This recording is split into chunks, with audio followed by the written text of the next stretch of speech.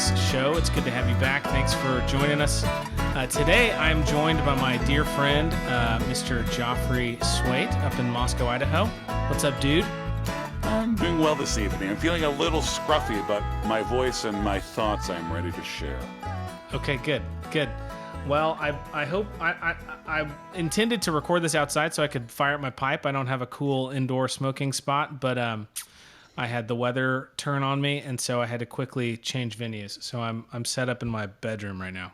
Yeah, I mean the whole pipe thing. That's our history. I am known online in some circles as an instructor in pipe smoking. Few know that I smoke a pipe because of you.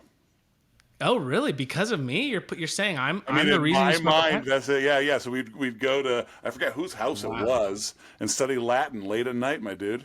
Yeah. And that's where I picked up respect for the pipe. That's awesome, dude. Well, I feel like you're the reason I smoke a pipe. So that, like, whenever people ask me when I got into pipes, I'm like, it's because of Joffre. So it must have been like, we were echo chambering each other. Yeah, we were arriving at the same time. Yeah. That's awesome. Well, I do have some bourbon, so I'm at least halfway supplied for a good conversation. So Joffre gets the manliness award tonight because I texted him like within a few hours, basically, and said, "Hey, would you be cool to just sit down and chat with me about this thing?"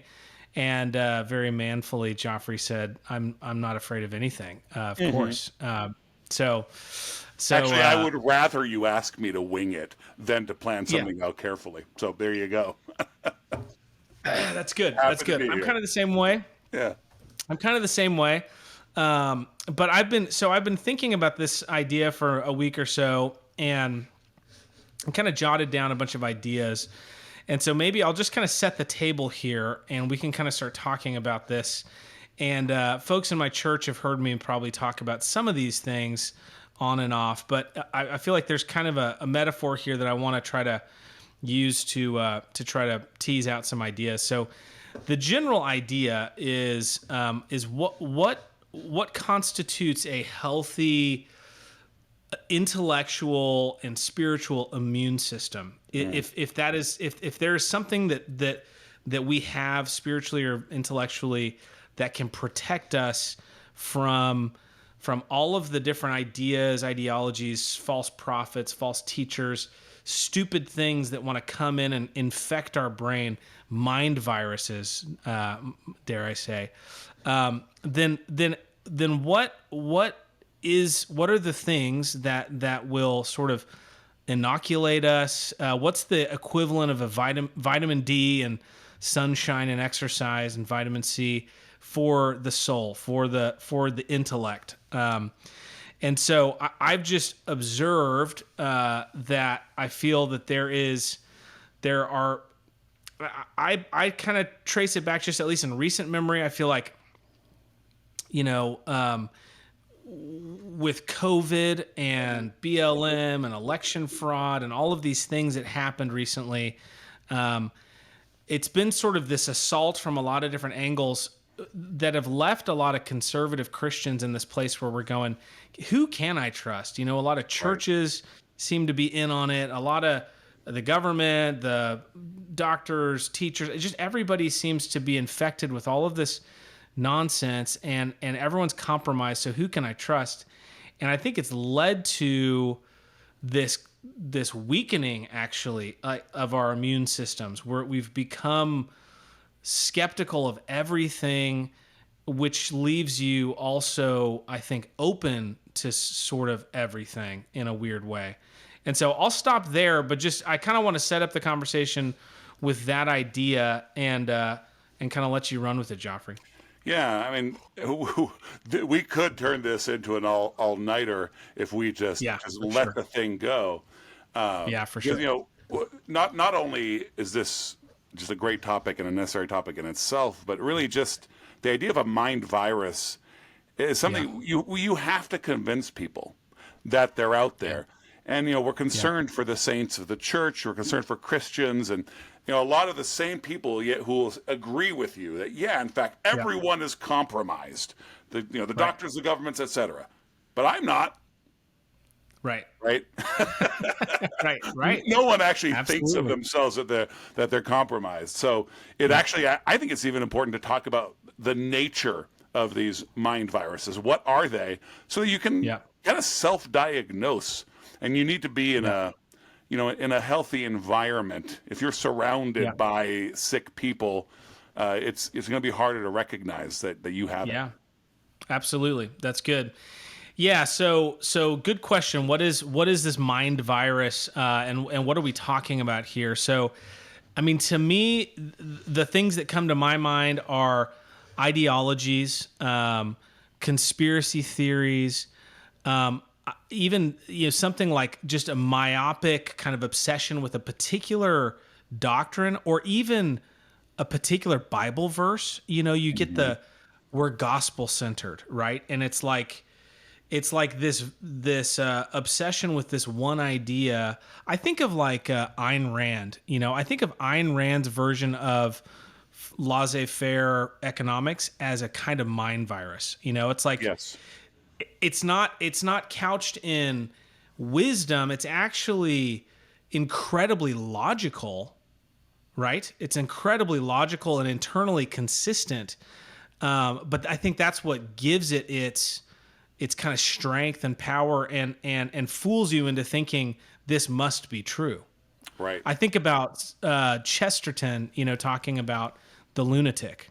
Precisely. Yeah. I mean, and this fixation on details, right? Minutia.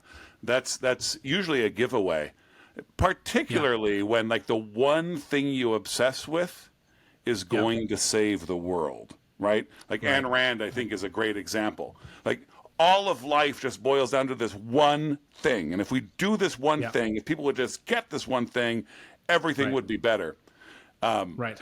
In particular, the inability to chill out and Yes, enjoy a day off is a sign that you've been memed, right? Because a lot yeah, of these mind viruses are out there, yeah, and you're online, you're doom scrolling, whatever it is, you're rabbiting yeah, all the way down Reddit. So, yeah. do you know the origin of the word meme as we use it today? Do you know anything No, I about this? don't. Okay. No. So, first of all, you're going to love who it comes from. Charles Okay. Dawkins, dude. Or Dawkins, the Chris. Yeah, atheist. Christopher. Yeah, yeah, Christopher yeah, yeah, Dawkins, yeah. yeah. In the 70s. So I actually, I'm old enough that I was reading about memes before the internet. Okay. No kidding. Uh, so Who when knew? people actually started using the term. So, and all it was, you can actually find Christopher Dawkins online talking about the hijacking of the term meme on the internet. And I think it's a completely valid application of Dawkins' idea, at least. But he was just talking about what you're calling mind viruses, right? These ideas that are Yeah. transmissible, and in fact are transmitted, Interesting. right? So like a zeitgeist sort of thing, but it's more specific, Interesting.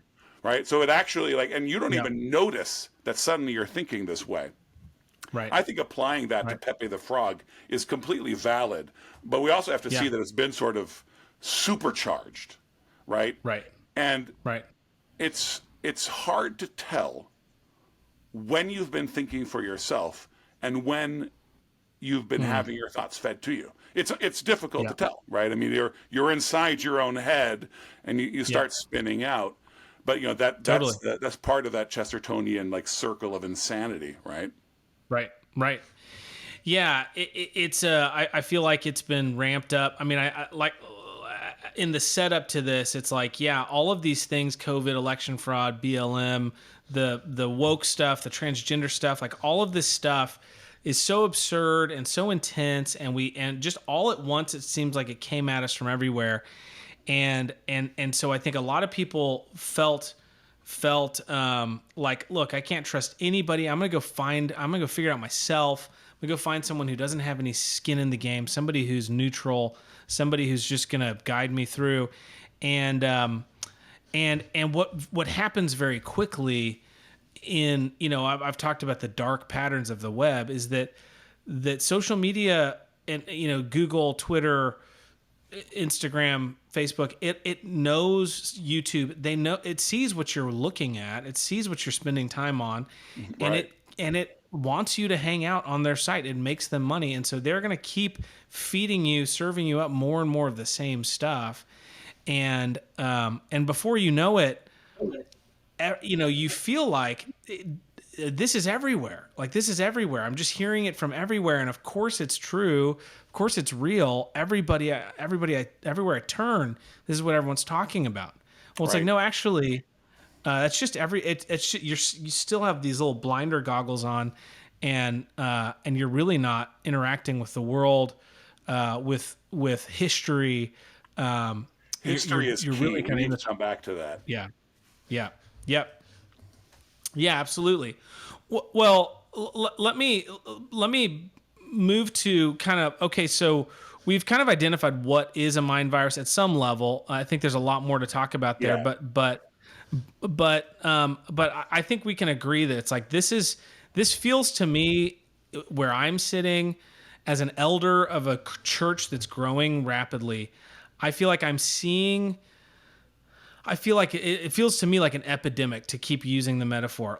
There is so much of this going on Yeah. constantly all around us, and it's what leads me to believe that we have, because people are being taken in by it. I don't think anything's new under the sun. I just think the fact that people around me who are conservative Christian people who take the Bible seriously are falling for stupid stuff at such a high frequency, it makes me think that our immune systems are dysfunctional. Yeah. That something is off with our immune systems, our intellectual or spiritual immune systems. Part of the trouble here, though, is that, I mean, everyone's falling for stupid stuff, right? Like, just the mind viruses are out there. The danger Yeah. that Christians are running, and the Christians you're talking about, because I see this here too, right?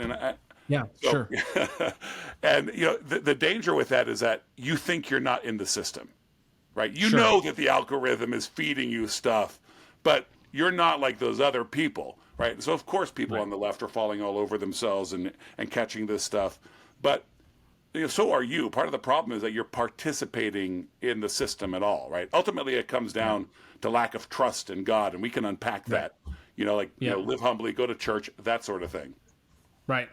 No, you're right. And actually, what I've noticed, and this is something maybe to get back to come back to, but I'll just drop this in the conversation real quick.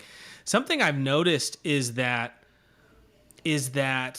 um, a lot of the mind viruses that I'm concerned about are almost, a lot of them are like planted. Like, I suspect that nefarious parties, feds or Yeah. whatever. I mean, I heard about this recently, that kind of in the Elon Musk sort of transition, that it was discovered that there were thousands and thousands of fake FBI accounts that were that they were trying to shut down, and the feds basically said, we're going to charge you sedition if you try to shut these down.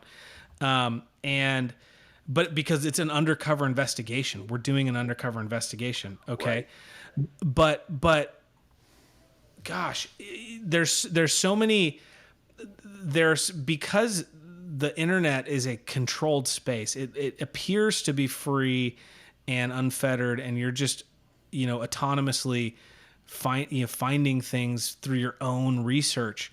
The reality is, you were being fed stuff, and a lot of times you're being fed the stupid conservative conspiracy theories that have been designed to undermine the conservative movement. They've been designed to make a mockery of Christians. So Right. Christians fall for this stupid stuff, and what was like the race baiting stuff.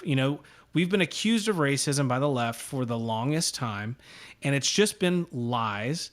And it's actually been that the left is racist and racially prejudiced. And Yeah. but the hilarious thing is that I'm seeing conservatives are now taking the bait and going, well, if you get to be racist, then I get to be racist. And Right. and it's like, don't you realize you're falling for a trick here, and you're now turning yourself into the punching bag that they were hoping you were? And that's it's important to emphasize that you are turning yourself into that. So yeah, the left is racist, like just like by nature. But then okay, we can talk about, they're running a play on you. There's a Yep. conspiracy going on here. Okay, and all that, great. And just because they're provoking you to this doesn't mean like you're not guilty of it. It's like a self-fulfilling prophecy, right? Yep. They said you would be a racist and then dangled a bunch of bait in front of you, and you were like, okay, I'll be a racist. Right. Why are you even playing this game, right? Right. And it's Right. yeah, it is. Right. People actually do, because they name the conspiracy, or because they see, they may see what wind is pushing them where, they want to absolve themselves of it, or they want to get. Yeah. Right. 10 years ago, they would have said that a certain behavior was racist, but today they won't, because they see that the system pushed them into these thoughts. So now they're not Right. racist. No, they're still racist, dude. Right. Just Right. because all the wrong guys are enjoying hitting you over it. Right. Right. No, that's right. And the funny thing is that instead of sort of raging against the machine and sort of operating from outside of the machine and saying, I see what you're doing and I'm not playing your game, you're sort of entering into it and you're playing by their rules and engaging with their stupid arguments and getting yourself just covered in this tar baby, or whatever, whatever metaphor you want to use, but just getting sucked into this stupid stuff. So another last point I'll make on this too is just to beat this metaphor to death. There's also this idea, I think, of an autoimmune disease, which I'm kind of fascinated by autoimmune disease, because it's basically what an autoimmune disease is it's when your immune system is treating normal things, inert, healthy, normal things like pollen, as if it were a bacteria or a contagion or parasite or something dangerous, and and your immune system's freaking out about it, and then that causes that heightened immune response to something that's not a real threat. You have people who are allergic to their own sweat glands, like allergic to their own sweat. Like that sucks, but that's an autoimmune disease, and that tears your body apart. Your body is not supposed to be under that kind of constant stress and that constant inflammation. And I think in the same way, I've talked about our immune systems being weak and dysfunctional, and I think there's this autoimmune component where we don't recognize real threats. We're freaking out about things that we really shouldn't be freaking out. An example, I mean, man, I hate to give examples because I know people are going to know what I'm talking about. There are people I'm talking about, but I feel like I can take the microphone away from you. Okay, In that please, case, yes, because I think this is a great example, because you actually are getting sick. Right, like your body can't handle it. So, however, unfortunately, this is also a medical term, but like, however pilled you are, black pilled, blue pilled, white pilled, however pilled you are at the moment, it doesn't matter that you have figured all these things out. It's made you sick. Right, and so that's why I think this autoimmune disease thing is a perfect example. None of these things by themselves would have made you sick, but you've sickened yourself. In the same way, you can get sick. You don't need an autoimmune disease to make yourself sick. You can worry, you can stress. Like, there are so many ways that you can destroy your own body without ingesting, physical poisons. That's right. That's right. Well, and that's exactly what I'm talking about, Joffre, is anxiety, worry, paranoia, and also a neglect of joy, peace, gratitude, feasting, rest. There's just this heightened state of, and unfortunately I see it in social media in our circles, or even on listservs or Slack channels with dudes, or Discord, wherever you're hanging out on the internet. You see these guys who the only thing that ever comes out of their mouth ever is snarky, cynical, angry, paranoid comments about whatever is going on in the world. Did you see what they're doing now? Right. Just constant. And it's like, do you ever turn this off? Like, do you ever get out of this mode and again, just not seeing that this is going to destroy you. This is going to destroy your family, your relationships. Like, so in my own local context, we have at our church we have a Slack channel that all the dudes are on, and my brother just recently created a channel, a channel for gratitude, and it was just like, I'm thankful for this amazing steak my wife cooked me tonight. I'm thankful for this incredible weather we're having this week. Like, Yeah. just hey, let's just remember to, like, how incredibly good we have it. Like, we have it so stinking good. Yeah. And, I mean, in any time and place, Christians would need to be reminded to be grateful. Yeah. But now we're actually kind of structuring our lives and spending our energies that move us in directions aggressively away from gratitude. And I think this is actually a really great point to, like, bring history Yeah. back in. Yeah. Because, Yeah. what we're talking about is ultimately is context. Like Lewis has that line about, reading old books is, like opening your mind to the breeze from other ages, like the cool air of the Yes. breeze from other ages. Yes. We need to spend time with Christians, other Christians, and Christians who aren't like us, not some weird liberal prog philosophy Yeah. sort of Yeah. way, but Yeah. Athanasius ain't like us. Augustine ain't like us. We could just go down the list. C.S. Lewis isn't like us, No. right? And we Chesterton. love C.S. Lewis. And Yeah. but then we can also, like, we can come back to the present and start spreading that out.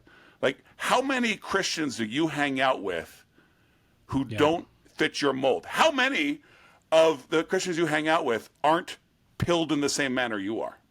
Right. Right? No, Have you been able to such a good word. relax enough to make a friend? Yep.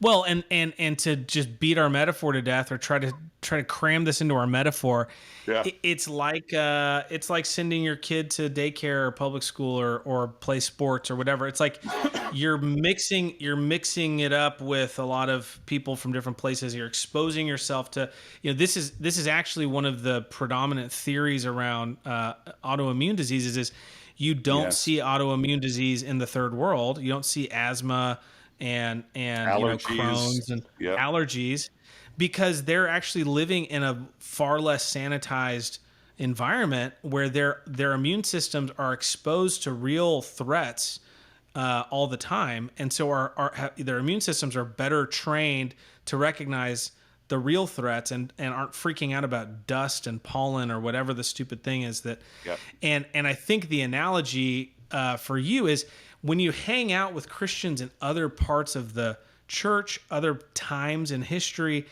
you're exposed to the bigger, like the actual things, pride and Right. greed and real heresy. Like, there's real heresy. We're not talking about the people that agree with 99.9% of what we agree with, and we differ on this one thing. We're talking about, there's real stuff that's really dangerous and has caused a lot of trouble. And that's where, when you hang out with Augustine, or you hang out with Irenaeus or Boethius or whoever it is you're hanging out with, you're getting exposed to these battles that our fathers in the faith fought, that we ought to be grateful for, and we ought to be able to recognize, like, train our immune systems to modulate and recognize this little comment that this obscure anonymous Twitter guy said is really not that big a deal. It's just some punk who's trying to get a rise out of people. I'm not going to let that raise my temperature to 1,000 degrees and devote the rest of my evening to Yeah. waging war against it. Well, I'm not trying to tell people, like, you must read old books to solve this problem. Yeah. I mean, I think you should read some old books, but really what I'm trying to say is that, you have this wider context, right? Yeah. And, because you mentioned early on, the obsession with details and minutia, like, I have a lot of, say, libertarian friends who could not Yeah. teach a survey of world history to save their lives, but Yes. they can tell Yes. you the minutia of the Whiskey Yep. Rebellion or the War of Jenkins' Ear because it connects to their ideology. That's right. Like, what are you doing? Yep. Like, you can't even talk to me about the context of that war because it doesn't Right. touch on your economics. Right. And so Right. that narrowness of mind is constantly impoverishing you and making you, as Yes. to go along with a metaphor, making you vulnerable. Yeah. Right. So, No, it's and good. when I'm talking about hanging out with different Christians, not only are we talking in time and in space with different churches, but even in your own church, right? Like we're seeing, I think, more and more, auto segregation, like self segregation, where Yeah. all the young men are just hanging out with all the young men. And none of Yeah. the boomers want to have anything to do with anyone else. And Yeah. it's something that I think the American church already struggled with. And Yeah. now we're living Yeah. an algorithmed life where, of Yeah. course, That's we're only good. going to hang out with people who are exactly like us. It is an That's right. exercise in sanctification for me. This is actually one of the fun Yep. things about going to Huntsville the last couple Yeah. of times I went there. I Yeah. need to hang out with engineers or I don't do well. Okay. That's interesting. I mean, Yeah. because Yeah. I'm not like them at all. And Right. my dad was an engineer, but I took Yeah. hard after my mother. Yeah. And I even like to make fun of engineers. I need engineers in Yeah. my life, Yeah. and Yep. we all need people who are different. Like if Yeah. you can't handle doing stuff with your hands, Yeah. become part of a knitting circle, right? Like we just Yeah. need to be around people who are not doing the Yeah. exact same things we're doing all the time. Right. I'm obsessed with Right. raising my little kids. Let me hang out with a couple of grandparents. Maybe I can get these Oh, yeah. grandparents, of whoever, into my house talking to Yep. my little kids, right? All of this is that fresh, cool breeze through the mind.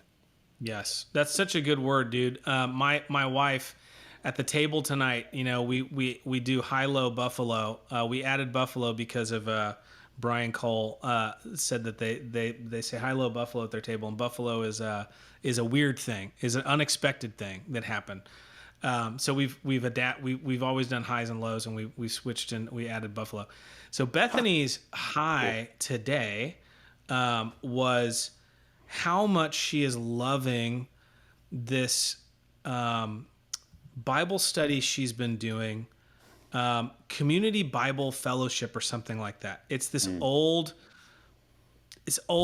non-denominational Bible study thing that's hosted by some mega church in our town. They just host it.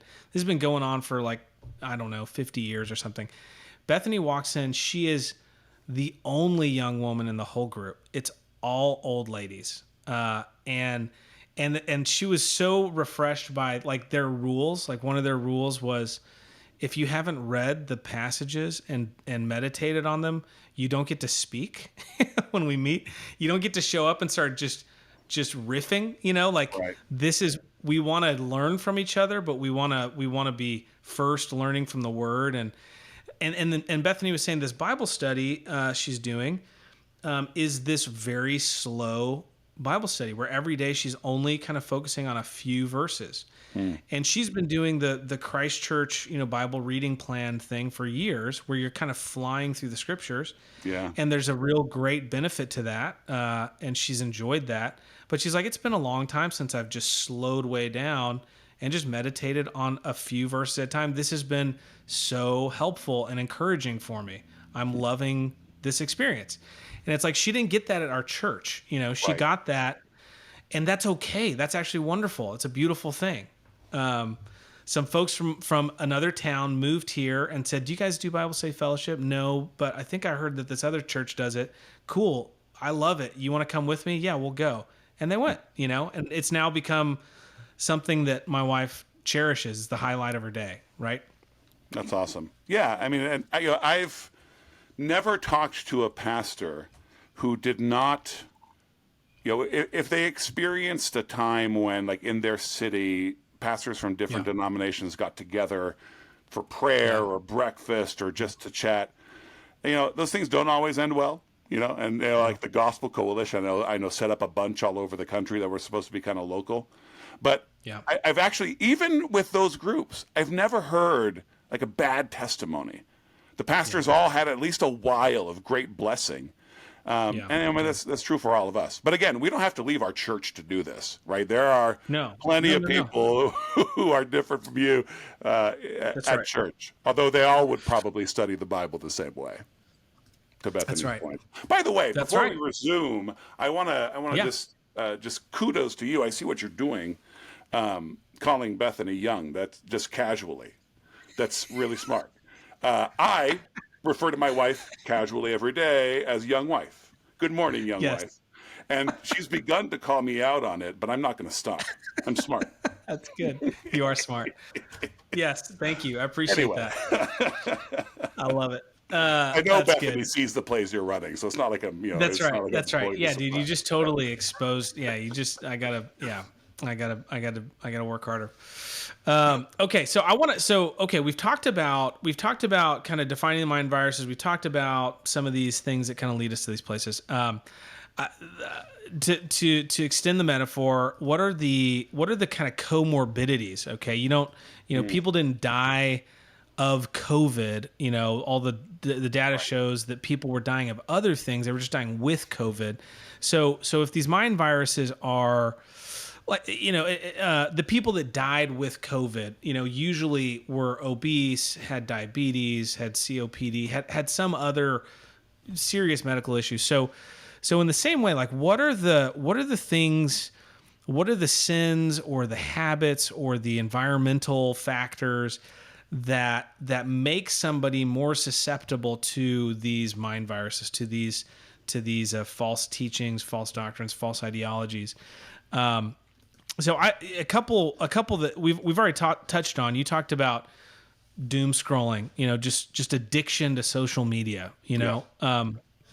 I think what precludes that is just tons of free time. You have tons of free time, and you are bored. Yeah.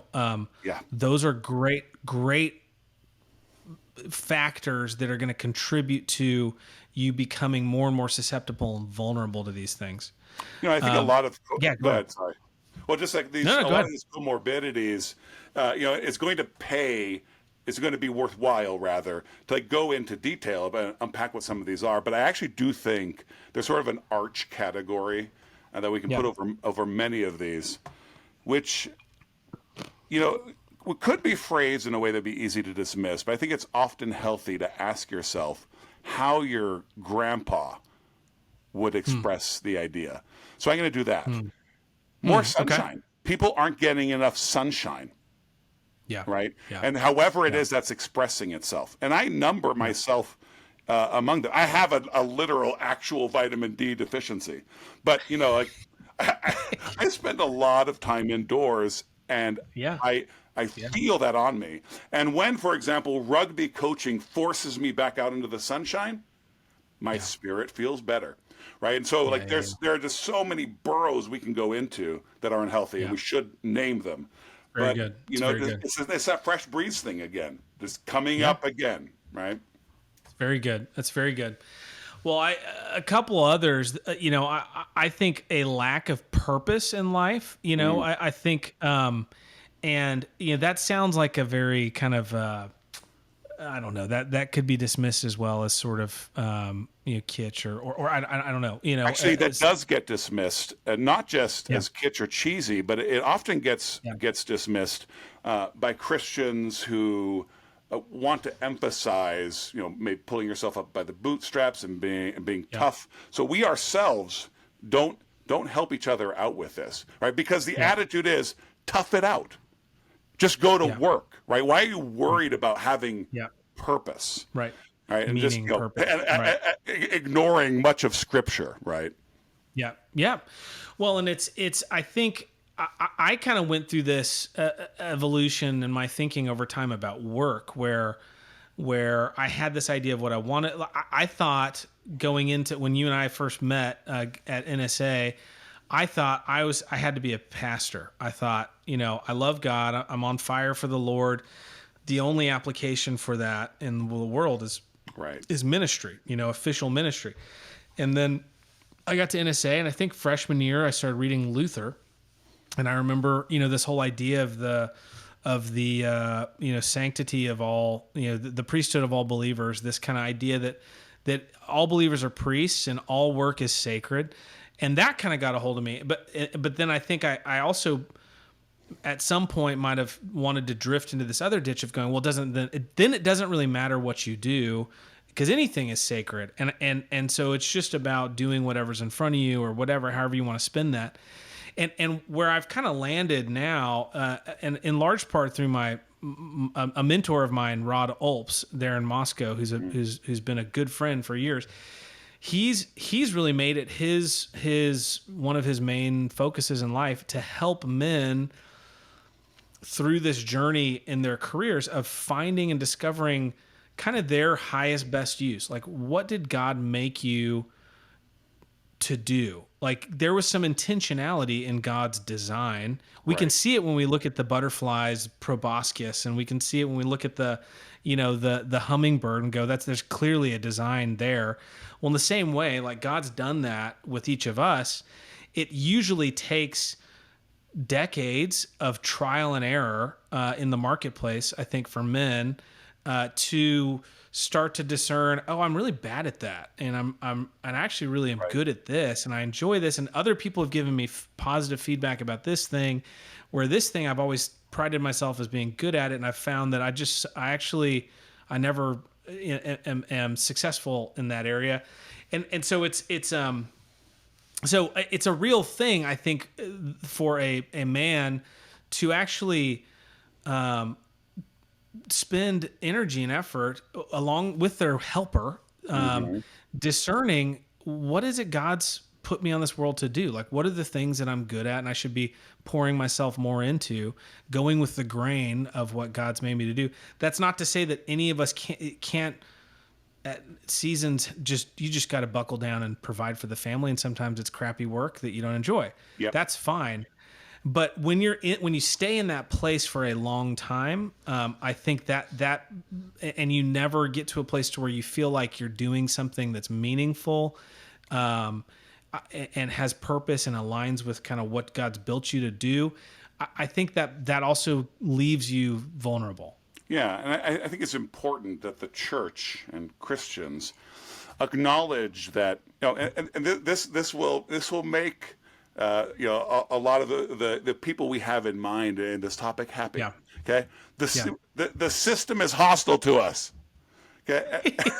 Yeah. And I say that as a post millennialist and a sort of theonomist. The system is against us. I don't mean that this world belongs to the devil. I mean that we let the Industrial Revolution happen the way it happened. We let not only our women get pulled away from the hearth, we let ourselves get pulled away from the hearth. Oh, man is oriented outward. He's supposed to go out. Is he supposed to go out on the freeway for 2 hours each way? Or was he supposed to go out into the fields and the woods around your house? Right. And so, we're dehumanizing and separating all these things. The reason I'm saying this is that ultimately it is very difficult for us to stop thinking in terms of jobs. Yes. Right? The word job used to mean gig. Like 150 years ago, the word job meant you gig. Finished a job. Yeah. Right. But now we do jobs for life. For life. Right. And so, that's a good word. People talk about vocation, right? And that's, we have a call, and we have a call to sacred work. But, we don't have to, even go as far as that word vocation. We just have to start talking about work and not be thinking about jobs, right? Yeah. Now, if your work for the day and for the week involves a job that takes 8 hours a day for 5 days a week, among the other things you're doing, that's fine. But what is your work? Your work is loving your family, providing for your family, building a community around your church, and then you may have other things on top of that work, like taking care of the dogs and having a beautiful flower garden and fixing your friends' cars and all this other work you do. You do work. Right. A job is way down the list. And ideally, we as the church can build something where jobs aren't a thing. Work is always the thing. Yeah, that's good. That's good. Well, and it's mission. It's what's your mission, and ultimately it's to it's the Great Commission, and it's the creation mandate. It's to fill and subdue and to preach Yeah. the gospel, right? But God's built you for that work in a particular way to play a particular part in it. And so, And yeah, there's I so think, yeah, much. Sorry, no, there's so much that of this conversation where we can bring gratitude to bear, like you were talking about. But not yeah, only it's gratitude, but good. generosity. It's really Mm. hard to imagine in our society being generous with your work, right? You're a Mm. fool if you're generous Yeah, with that's your right. work, right? Yeah, Or that's either right. that or you have an angle, right? Like you want to be CEO one day, so right, but it always has a sort of selfish reason. That's not the Yeah, Christian way to look at work, yeah, right? yeah, that's And right. I mean, you don't have to get mad about me disrespecting money. That's not what it is. No, But yeah, but yeah, are you being generous? Like what are you doing here? A job ain't a generous thing. that's right. That's a good word. That's a really good word. A couple other thoughts I had on these kind of environmentals or comorbidities, and these two kind of go together. But I think there's a men. And this maybe some of this is the Gilder that I've been reading this last couple weeks, kind of coming back out. But this idea And, that and this, I guess, is for insiders a little bit because it's a Canon Press thing, and maybe you don't yeah, follow what Canon Press does. But this book on men yeah, in like pink and purple packaging, how brilliant was yes, that? yes, it's very good. It's very Anyway, good. I love it. But yeah, this idea that men have to perform, right, and that healthy societies require men to perform. That mm, the strongest drive that a man has is his sex drive, and also just that's coupled with testosterone and competitiveness and aggression and so healthy societies have always channeled that in a positive direction where a man has to perform in order to obtain approval and marriage, hmm and then marriage, anchors a man to a society and to the future and opens up new dimensions, right? But men in our society have access to sex, to pornography, to relationships with women without any restrictions or boundaries, and they don't have to prove anything. And so, but there's this deep seated, I think, inborn sort of created mm, need for men to prove that they're men, yes, and if for nobody else, for themselves, to be able to feel like we all know the guy who has a little man complex, yep, who needs everyone around him to know that he is powerful and that he is potent and that he is masculine. And what I've seen with a lot of this stuff is you've got that hole in your heart or your soul or whatever it is that you haven't proven yourself sufficiently as a man, and so you're looking for something that to identify with or to replicate that. It's like I see this guy on the internet and he sure seems like he's aggressive and angry and nobody's going to mess with this guy. He'll chew their head right off. And it's like that there's some masculinity. Let me right. suck onto that a little bit. Let me try Oh, to what a let me try terrible verb choice. But go on. I was thinking about a That was fish. I was really thinking about a awkward. sucker fish with a Okay, yeah, yeah. shark. I But see it. I yes. see it. But Yeah, yes. No, exactly. I mean exactly. That's there's something going on there yeah. with that masculinity. Need to prove your masculinity. Yeah, you got to see the elephant, right? And I think that we have failed men, young Yeah. men particularly, Absolutely. um, Absolutely. and of course, and that doesn't absolve them of the sin they're in, but we have failed them, Absolutely. and in a lot Yeah. of ways. One of them is that we have not provided proof Yeah. of manhood to them. Yeah. We Yeah. don't have the rights. We don't have the rituals, Yeah. Yeah. right? That's right. And that's a Yeah. problem, right? And so they go out there to create their own. Hopefully your audience can handle me saying like "No Nut November," Yeah. right? Like, Yeah. oh, like here is a ritual by which I can prove my manliness, and Yeah. there Right. there are all sorts of things we could attack about that, but Yeah.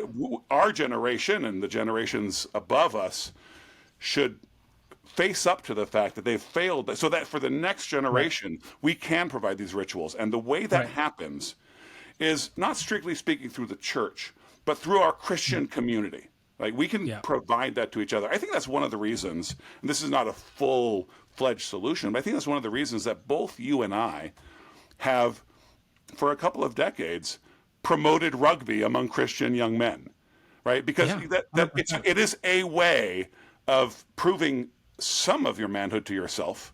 Really, I mean, like 100%. I have taken cowards onto the team, with the Yeah. prayer that, Lord willing, they will not be cowards one day, and that That's is right. usually how it happens, right? Yep. After significant pain and fear from mom, Yeah. you know, they come out on Yeah. the other side having proven the thing. And so Yep. that actually would be a call for all men to be thinking that way. Like, if you know some teenagers, can you help them prove their men? Yeah. Well, and I think the other dimension, Joffrey, is fathers of daughters. And I Mm. wish, I was having a conversation with a young man recently who was struggling with relationships with young ladies. And I just said, imagine if you lived in a society, just imagine for a second that everyone that you encountered in this city or this your world, everyone was a healthy, godly, mature Christian family. Mm. Would you be struggling with all of this nonsense that's going on between you and some young lady? Of course you wouldn't, because she would know better, and and more importantly, her father would shoo me away. When you come sniffing around trying to pursue the young lady, he's gonna go, little boy, get out of here. Yeah. Go, come back when you're a man. I'll let you stand in my household and speak with my daughter when you've learned how to look me in the eye and shake me in the hand, and I can respect you. And Right. and so I do think, again, this is where I think niceness, our sort of the virtue, the 11th commandment in the church of niceness. We're so nice to young men, and we're this is one of my favorite things about Moscow. I remember saying this. I was a rock star in every Christian environment I'd ever been in the evangelical world, because I could play guitar and I could sing and I was charismatic. That's all it took, to Right. just wow everybody in church. Just give that kid a microphone, Yeah. like put that kid up front. Hmm. And I remember walking to Christ Church in Moscow, and like, here I am, folks, like, shower me with praise, Oh, I remember that too. Yeah, that's right. You remember.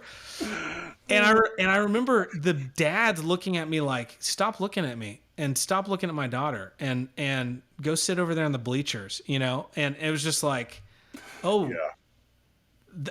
it was a wonderful dose of reality and humility. Like, get in your place, young man, But part and of the prove yourself. problem that can happen, in a church context, in a Christian context, is that we provide a lot of the negative when it comes to a young man growing up, but very Yeah. little of the positive, right? Yeah. So the experience you had in Moscow, well, those are sort of negative experiences that made you better, Yes. sanctified you, but they existed in a context where you were Yeah. being encouraged and pushed Yeah. upward all the time. Totally.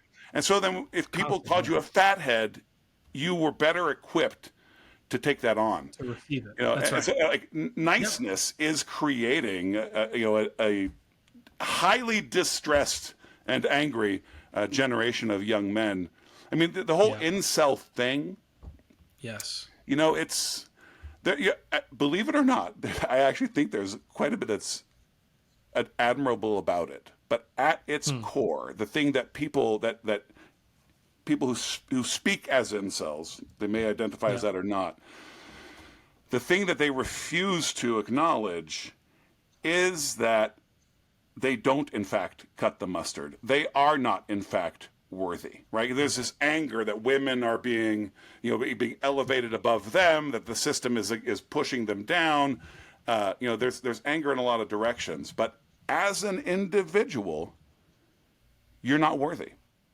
And if Yeah. we argue about whose fault that is, you're making yourself even less worthy. Like, we have to Yeah. get out of this spiral, right? And That's if you right. if you Well, can't go find your dad, go find some other men. That's right. Just we can talk about society, but Yep. you, young man, are not a society, right? You're you, Yep. and you're not Yep. worthy. Yeah, I think about the only person, the only man in modern America who can speak to men, young men. Let me put it another way. There's nobody in America today who can speak to a young man with the same freedom and the same level of masculinity as a football coach.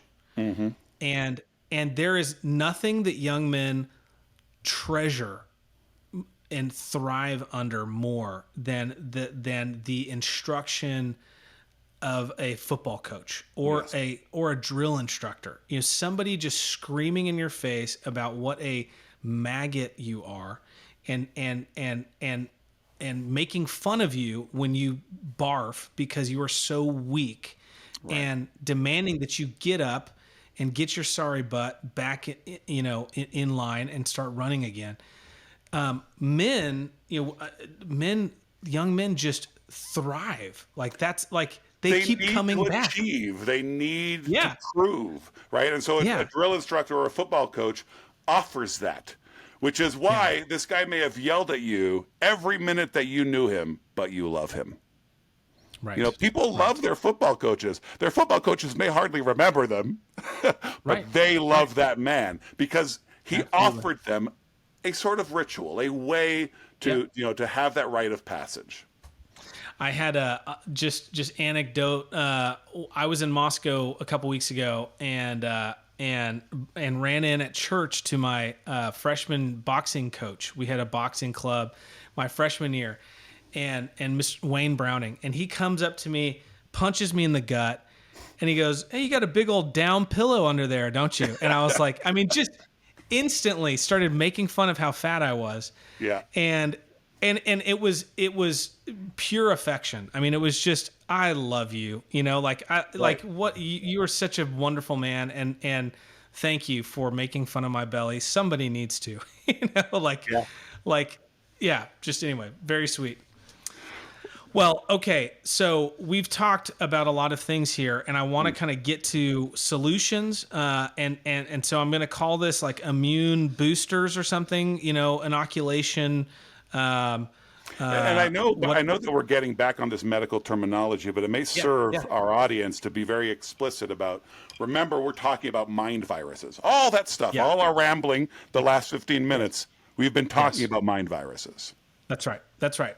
So we've covered sort of what are they, and then we've covered kind of what are the comorbidities, what are the things that also are present when you start to become susceptible and weakened and to these mind viruses. So what are the things? What are the solutions? Like what are the inoculations, the vaccinations, the vitamins, that you can take to kind of get yourself build up your immune system so that it's able to fight these things off.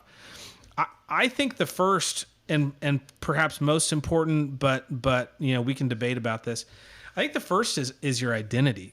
I A think that controversial these word choice.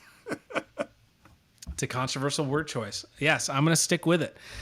So what I'm going to say is that I think a big part of this, we've alluded to this in different ways, but a big part of this is finding your identity in the list of doctrines that you hold to, or the list of Right.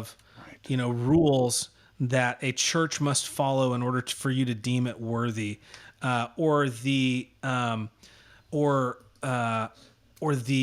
conservative party, or the Republican Party, or whatever it is, the red pilled community, whatever it is. Like there's this sense that, and again, it kind of comes back to the performative aspect of being a man.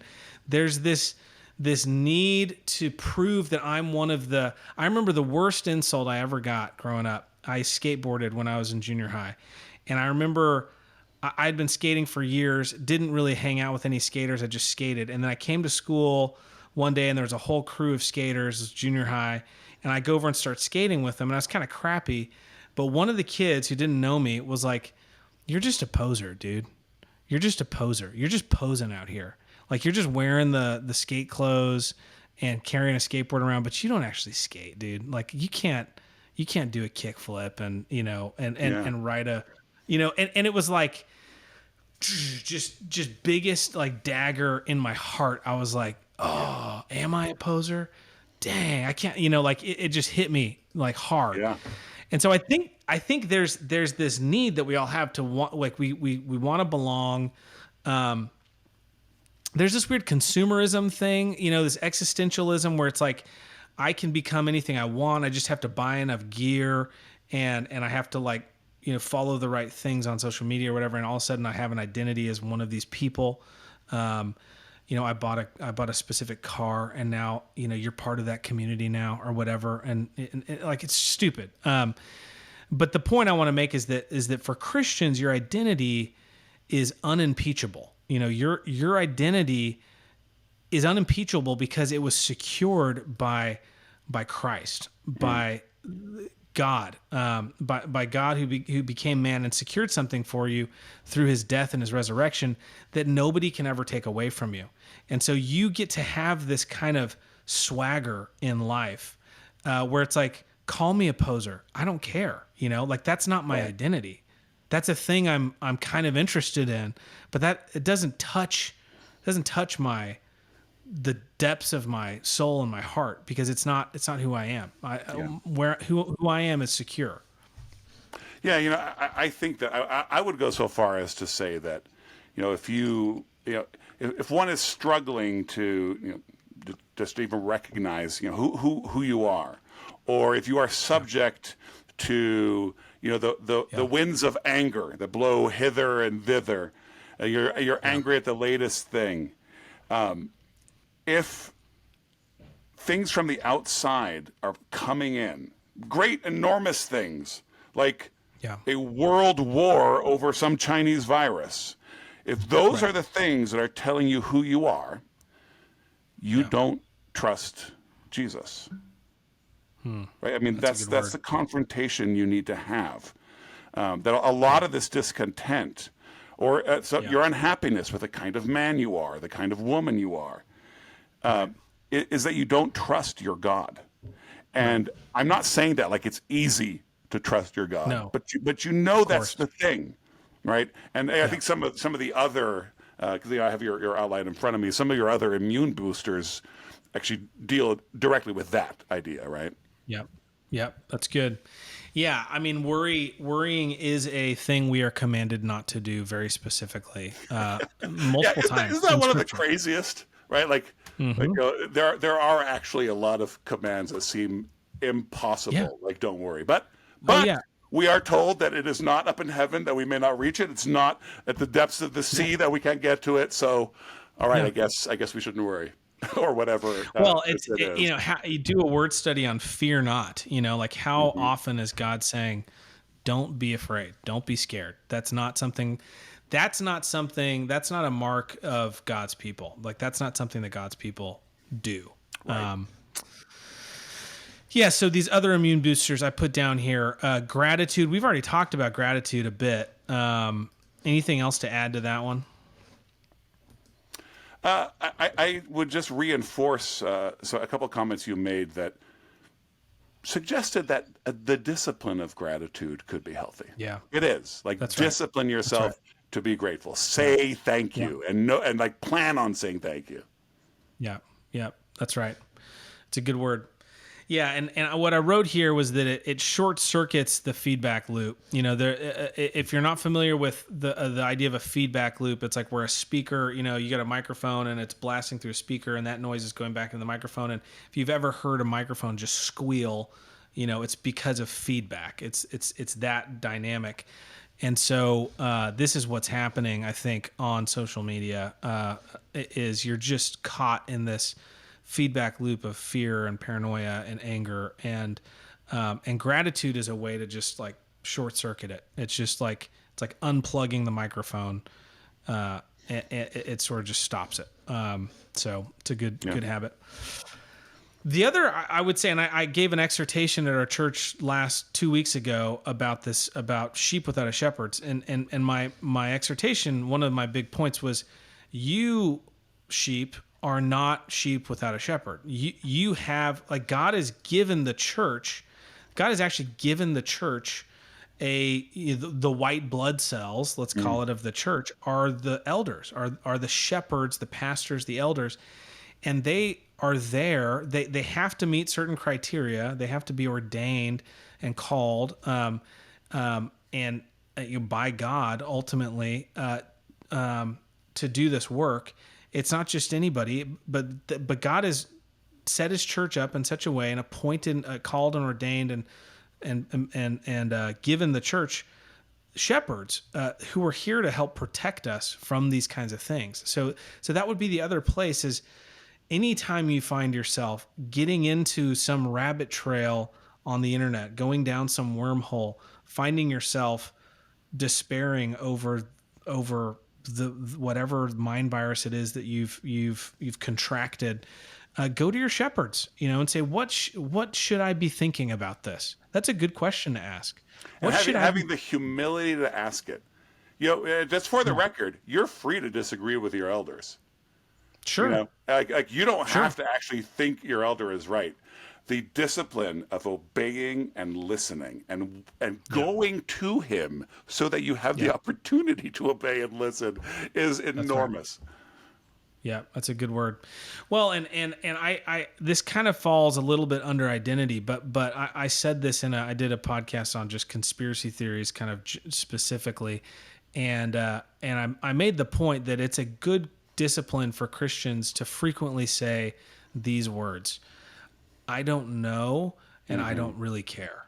Like, just saying, I don't know, Absolutely. and I don't really care. That's a beautiful thing, and that falls somewhere in that arena of, I have shepherds. If it's something they're worried about, I'm sure I'll hear about it. Yep. Right. Or it falls under the gratitude, perhaps, of just like, I'm happy. I'm not going to let this be a thing that I'm going to care about. And certainly falls on the identity. I'm not shaken by every wind and wave of doctrine or whatever it is that's coming across the internets today. Right. I don't know, and I don't care. Not that big a deal. Not something I'm I going can to spend almost time on. guarantee you that at a certain point, someone is going to be listening to this and be absolutely and like emotionally repulsed by the idea of seeking out a shepherd. Yeah. And to that, I would say that the reason you're having that reaction is because that's exactly what you need, right? There are so many sins that we have where the thing we begin to hate the most is the thing we know is the solution. I mean, procrastination is a great example of that, right? Something very specific. Like, there's one thing that you don't want to do, and all you have to do is get up and go do it. You begin to hate not only that thing, but the idea of getting up. You hate it, right? And so, maybe run that check, right? If you react with anger to the idea that you should seek out a shepherd, it's probably because you need a shepherd. Yeah, that's a good word. Yeah, and it may also be that you've contracted a particular mind virus that Yes.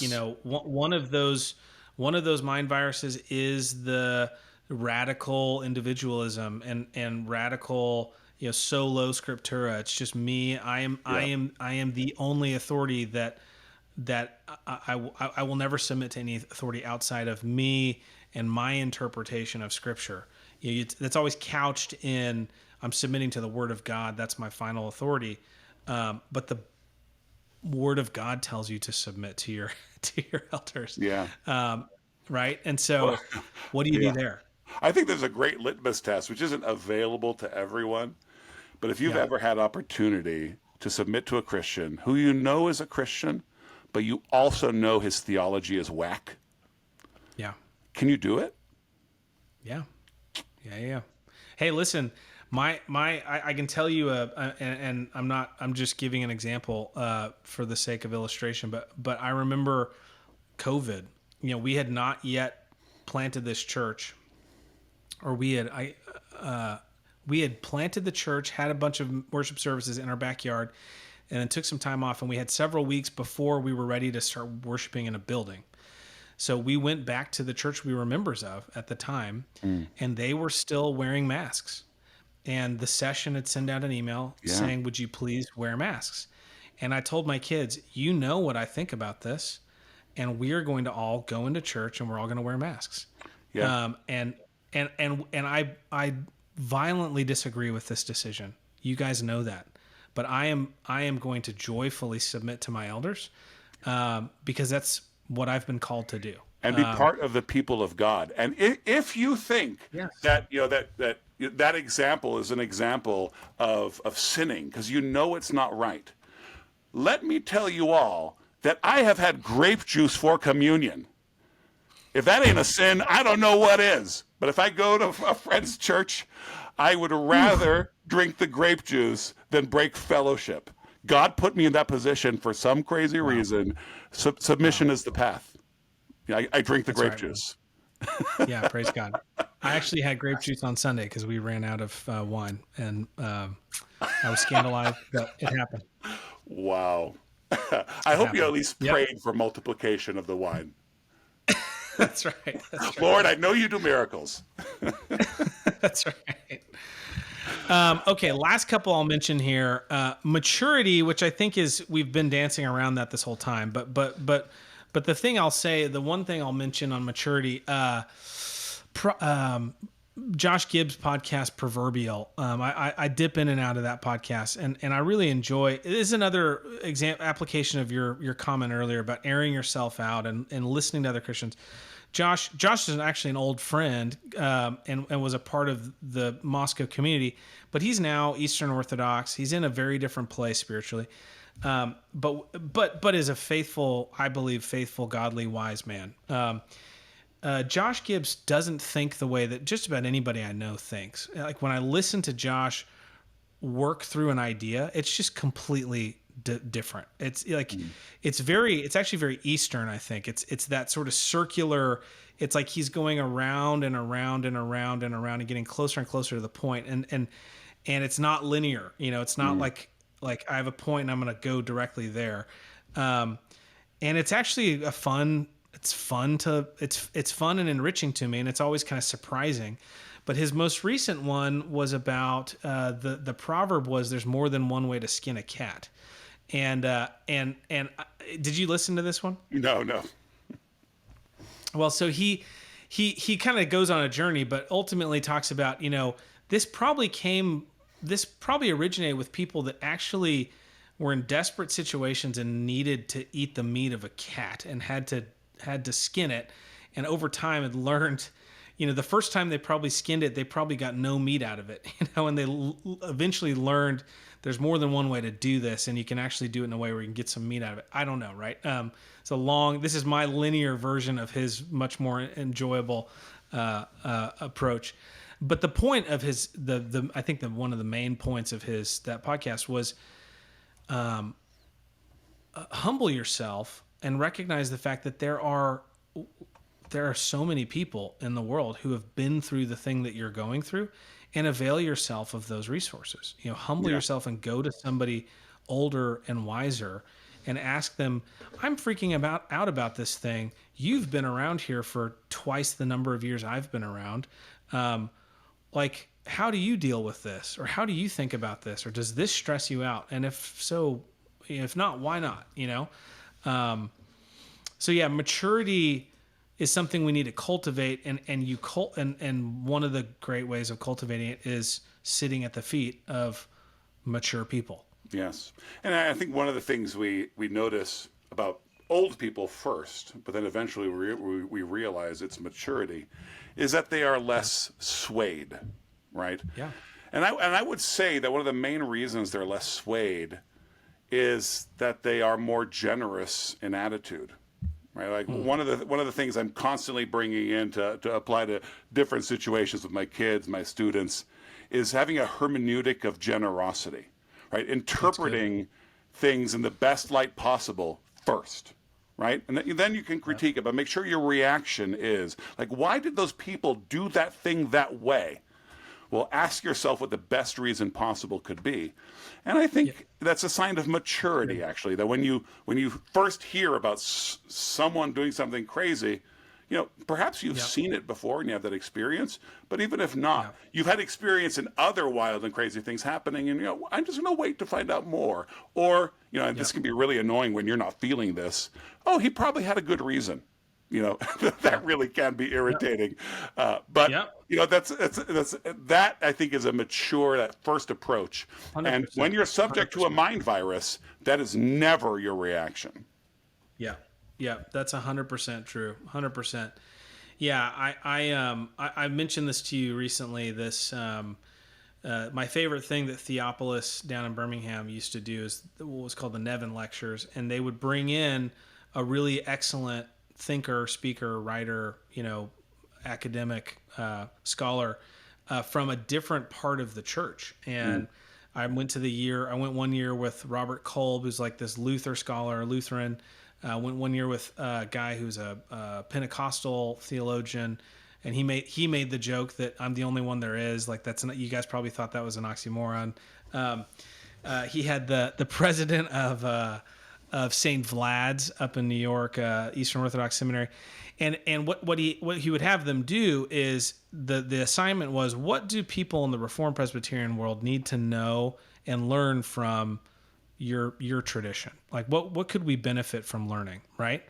And the talks were always tremendous and enriching, and I found myself super sympathetic by the end of the thing to their way of viewing things, and walking away learning things and feeling less pompous about mm, my having arrived at the truth, because I saw their tradition through the best light through their eyes, and right. realized there's a lot of good and true and beautiful things here, that my tradition, doesn't hasn't arrived at, or hasn't seen or appreciated the way that these guys have. Yeah, and I would actually go so far as to say that, I mean, it's a blessing that every time there was one of those that you thought, oh, truth, beauty, and goodness, I'm getting some new angles on this. This is fantastic. Yeah. But I would say that some of that, that this you have a humbler outlook now on life. It's not just because you were blessed with these words from these theologians and pastors. Yeah. It's that question was asked. They could have given a disastrous answer, and everyone's like, that's totally wrong and unbiblical. That's dumb, Yeah. and they would have been Yeah. right about it. And just having asked the question, Yeah. and hopefully it won't happen next time. But it's that humility of being able to say, yeah, you know what, I want to learn from people. I Yeah. think old people, generally speaking, are a great example. Man, I'm getting a little whiter, Yeah. but I'm still not old people, I guess. Old people are a great example of that. There's, Yeah. it's so easy for us from age 2 to age wherever old starts, to be dismissive, right? And Yeah. to forget 100%. to ask them what they have to say to us. And Yeah. they are different. They are perhaps as alien, even if they're our relatives, as a Reformed from the Pentecostal. Their Yeah. world was different. Their way of thinking Totally. is different.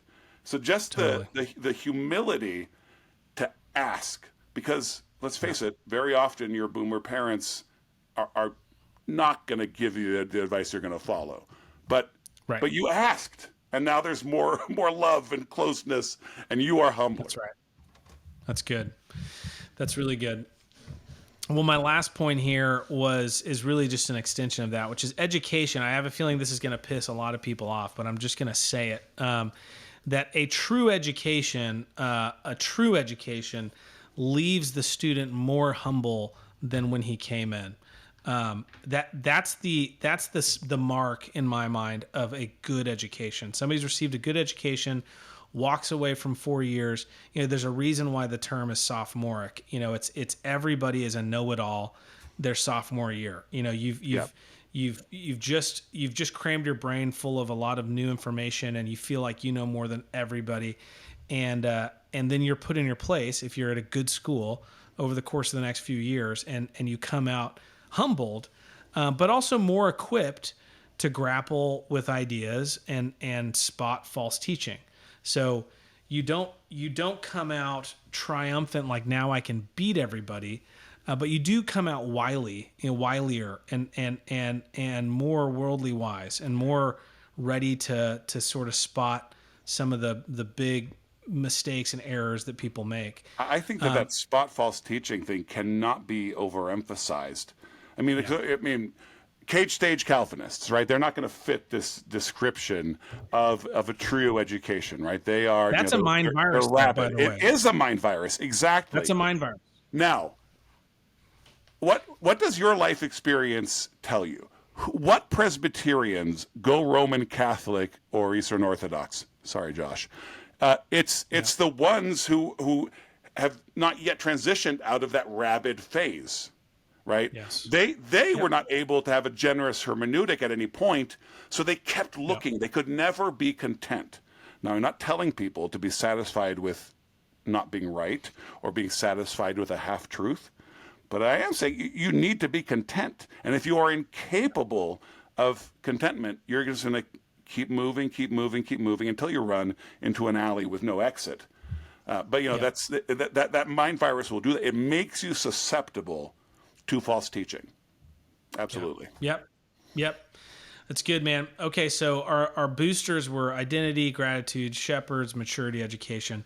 I'm sure there's a million more, but those are kind of the ones that came to mind. And I wanted to kind of just end on a couple of comments about what I would just call false vaccinations. These are the Pfizer vaccinations. Operation Warp Speed.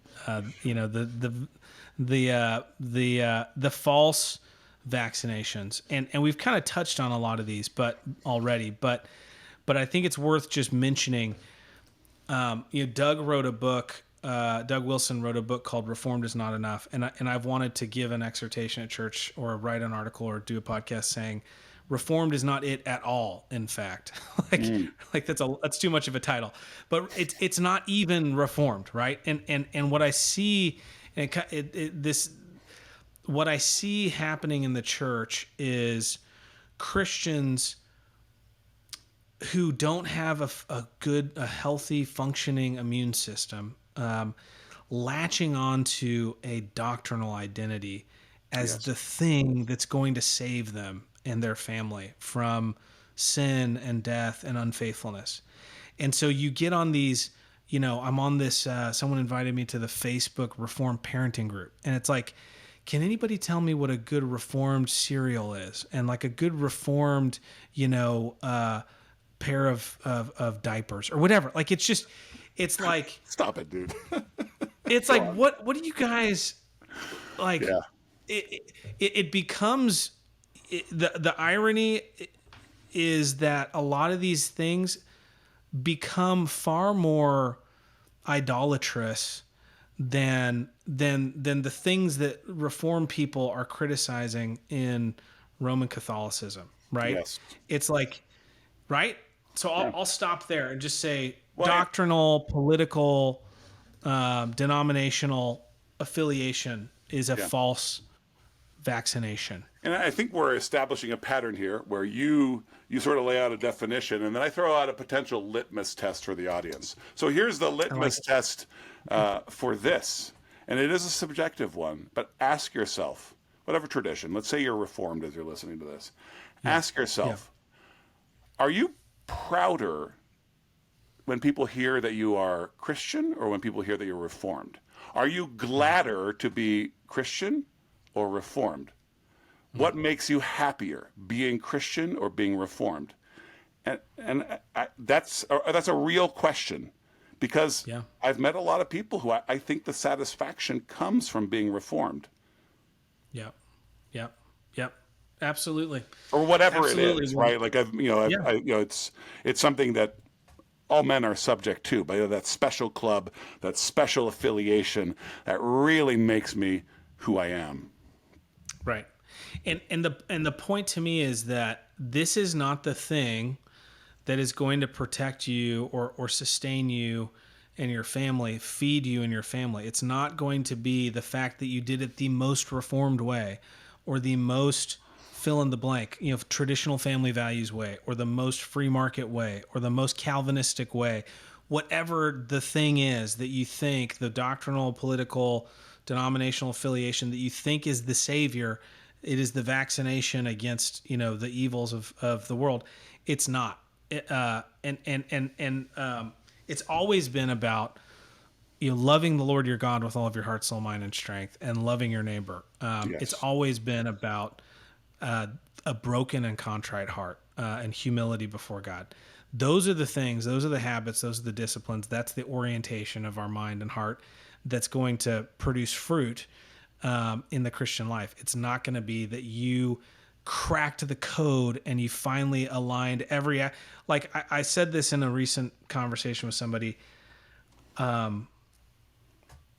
This virtue of consistency is such a false virtue. It's such a who decided that being consistent was the most important thing?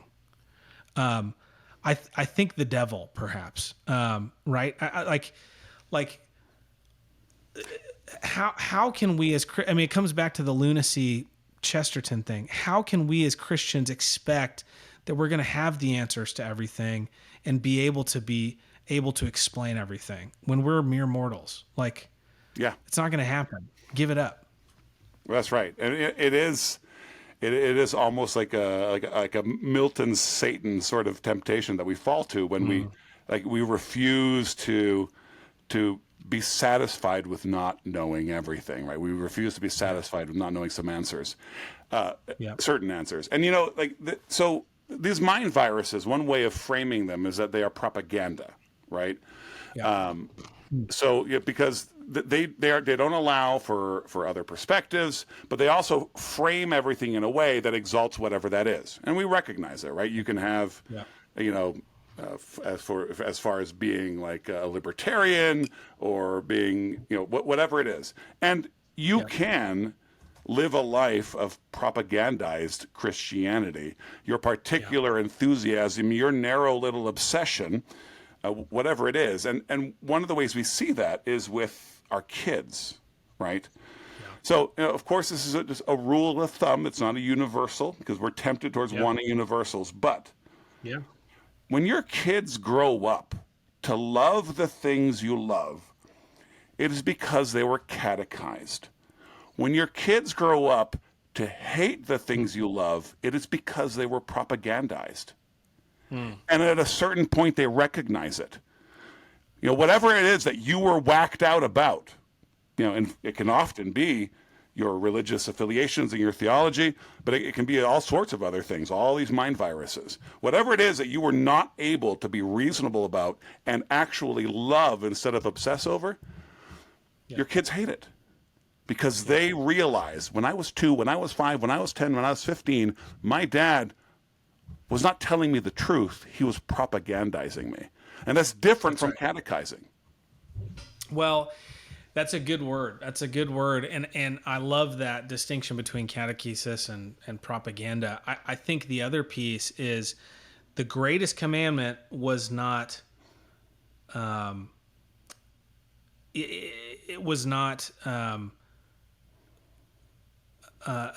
understand and Right. understand all of the things that I've taught you perfectly, or understand all of the perfect formulations of theology. It's love.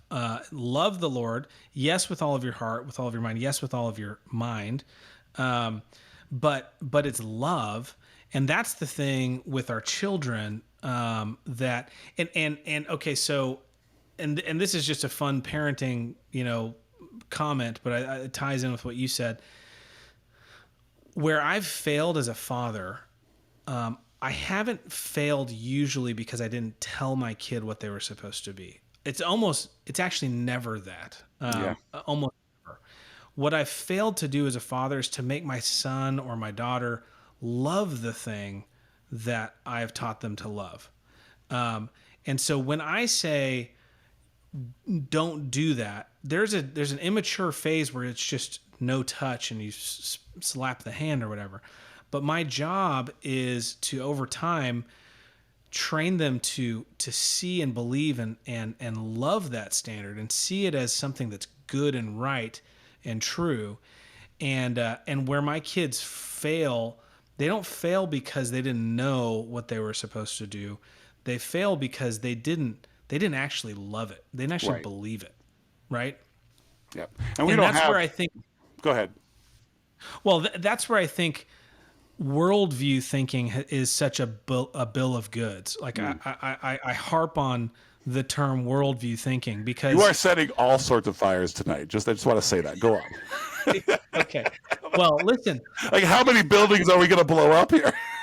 right, listen, whatever. I say that with nothing but love and respect for my fathers in the faith, Doug Wilson and George Grant and Vodi Bakum, guys who are all about worldview, and I Yeah. think they're dead on about worldview, and I think it's massively important. It comes back to education we talked about earlier, but it is a false savior. We all should know Yes. this, that it's Yes. not. I have argued, I can tell you, I have argued for hours with people who have a phenomenal, impeccable worldview, who were living in deep rebellion and sin. I've argued with those people about other people's sin, and they've showed me from the scriptures how these other people are in sin while they are themselves, in committing adultery and using illegal drugs. And you're like, do you not see the irony here of and doing it with a completely straight face? Right. Because Because the most important thing to them is what we've been describing. They know the yeah, things that you need to know, right? They have the that's right. secret knowledge. That's right. That's right. It's Alas. Gnosticism.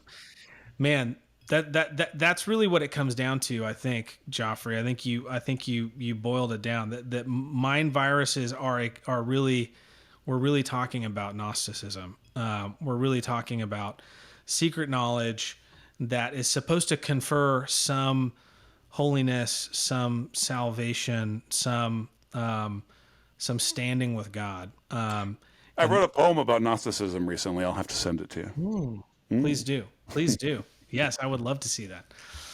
Yeah, the last thing I put here, and it falls under all of this, I think, pretty well. But I'll just add to it that legalism is never going to be a successful strategy here. It's not that's not going to save you and your kids, whether it's being legalistic about your diet. I sincerely see women who break down with panic and anxiety about their kids ingesting sugar or dyes or seed oils Yeah. or fill in the blank. It's a real crisis for some people, and that idol just needs to be toppled.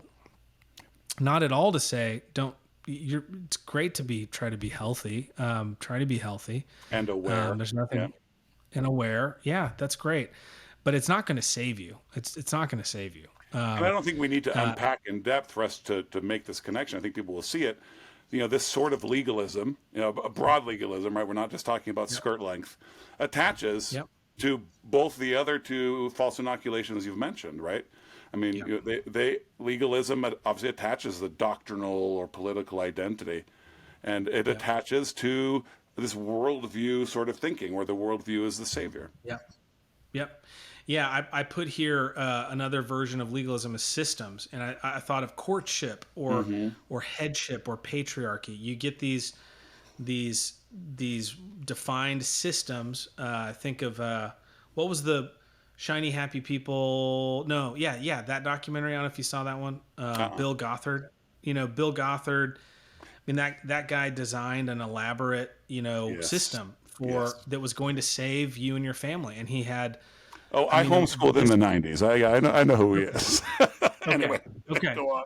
Yeah. So for those listeners, yeah, I mean, watch that documentary. It's fun because my wife and I.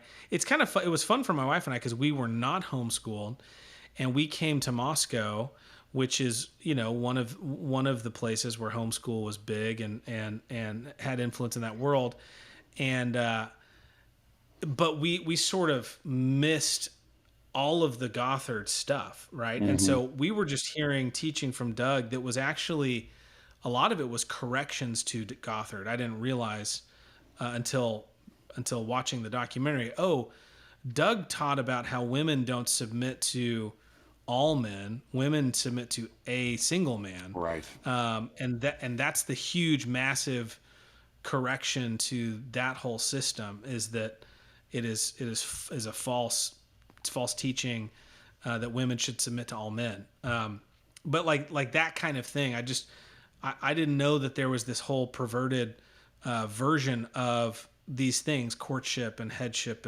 Yeah. and family stuff. But anyway, I think fortunately in our circles in the CREC, the stuff that's coming out of Moscow, I think avoids this stuff, but it won't forever. Okay, I mean that's the thing that we have to recognize. It's all going to burn. All of these institutions will someday burn up. Hopefully they'll go down in flames because they're fighting the good fight or whatever.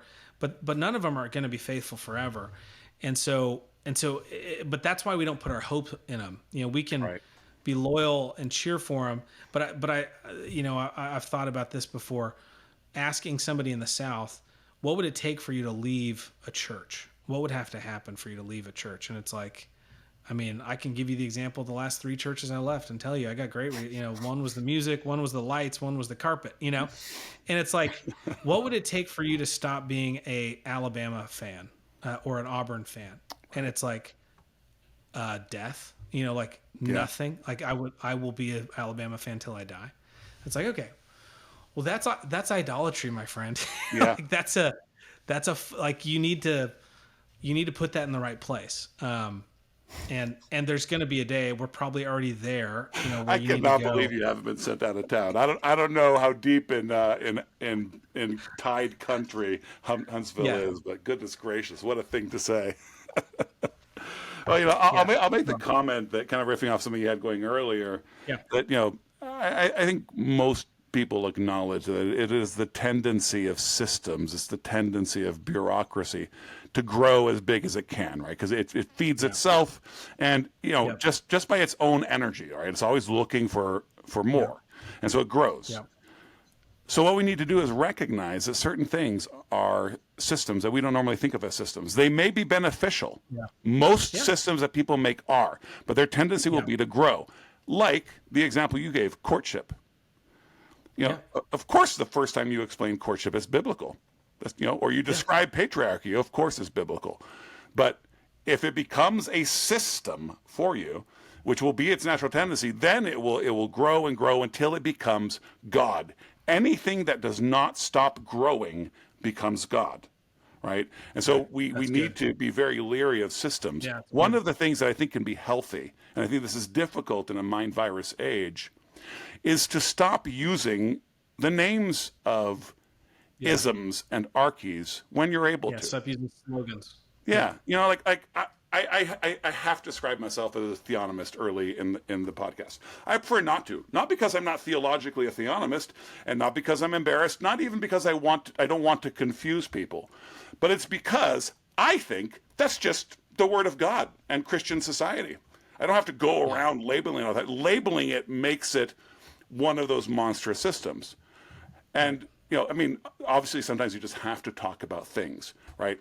Sure. But the more often you take on those, I am this kind of ist and that kind of ism, the more that thing is going to become your God and not God himself. Right. That's right.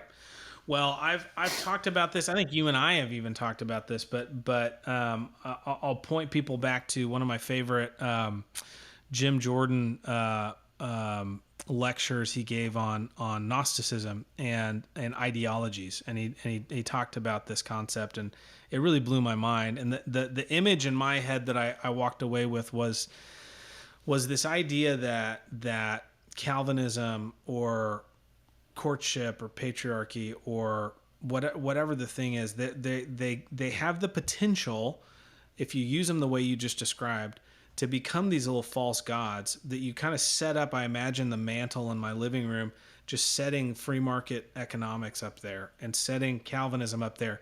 And then as I'm going about my daily life and I encounter a decision that I've got to make, I can either turn to the living God and his word and say, God, what do you say about this?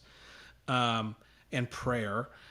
or I can go to my gods and I can go, Calvinism, what am I supposed to do here? And he has an answer. Yeah, There is an answer, that's right. Yeah. right? And it may be right or it may be wrong, but ultimately I'm putting my trust in this false god, and so yeah, somebody quoted Spurgeon on social media the other day where he talked about, it was some wonderful quote about how Calvinism is just biblical Christianity, and and yeah, I have a lot of Catholic family who beat up on Calvinism all the time, and I'm like, I don't know who that is. Yeah, Like, you guys whatever can it go is you're beat beating up isn't me, right? isn't And me. that It doesn't isn't mean me, you're and I'm signing over the name Calvinism. right, It means you're just right. recognizing that thing that they're beating up isn't the Yeah, thing. and I don't have to defend it. That's the other Right. thing is I don't have to, like, I can say I think you guys are being uncharitable to a lot of people who don't believe the crap that you're saying they believe. There are people out there that believe the stupid stuff you're decrying, and I'll decry it alongside you, but that's not Calvinism. At best, it's a perversion of it. But you're right. At the end of the day, okay, it is Calvinism. Okay, it doesn't affect me. That we want, someone wants to categorize that or label it Calvinism, because I know what I believe and I know what I think Scripture says, and And that goes back to your comment about things burning, right? yeah, that's right. At some point, these things are going to fail, not because we believe that entropy rules, but just because we know that history is going somewhere. At some Yeah, point, the word of the everything is Lord going to can't die. fail. It's going to live its life. And so, okay, wait, I need to briefly keep talking so I remember what I was going to say. It's burning. What was the last thing you said, dude? I can't believe it's, you see, this is what happens when you're an Uh, hour and 35 minutes. Calvinism, it doesn't touch me. Right. Yes. Yeah, So, and a good example of that is, are you okay, oh Calvinist, and I'm a Calvinist, you're a Calvinist, are you yep, okay with the thought that in 400 years there will be real Calvinists walking around that you would recognize, we'd all recognize, yes, that is a Calvinist, he's just like me, and he's going to call himself a Catholic? Like, isn't that what we're praying for? Like, the name yeah, Calvinism right, could die and it could be a sign of right. triumph. Why are we so Hmm. attached, right, to all these labels? That's right. And that's the That's right. mind virus thing. That's right. That's right. Well, and yeah, that's a whole other wonderful. I'll say this because this is something I think I'm going to be saying a lot in the coming weeks and months. But if you've been infected by one of these viruses, and the world has become black and white, and there is those who are on your side, and there's everyone else who is evil, and are your enemies. What does Scripture say we're supposed to do with our enemies? We are commanded to pray for our enemies. Stop hurting me, Are Larson. are you praying for your enemies? Are you, is this identification of the evils in the world driving you to your knees and to prayer for these people? If it is, then you're living the Christian life and you're not infected with a mind virus. If, however, you are in a place where you can't think anything but terrible thoughts and be just paranoid and just pray only imprecatory prayers, then I think you've been infected by a mind virus. This is a hard saying. Of all the controversial things you've said, this may be the most difficult. Yeah. I think it's Yeah. a great way to kind of draw to a close. Like, that's Yeah. the call to and that's super confrontational. Excellent. Yeah. Yeah. Yeah. Look at it. Yeah. Yeah. Well, Joffrey Swait, My dude. um, this was fun, dude.